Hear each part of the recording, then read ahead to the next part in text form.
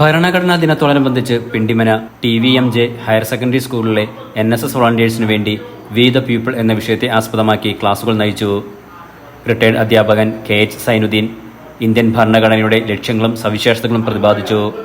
ഭരണഘടനയുടെ ആമുഖം കുട്ടികൾ ഏറ്റുചൊല്ലിയും ദേശഭക്തി ഗാനങ്ങൾ ആലപിച്ചും പ്രവർത്തനങ്ങളിൽ സജീവ സാന്നിധ്യമായി. 956 നവംബർ 1 കേരളമില്ലേ?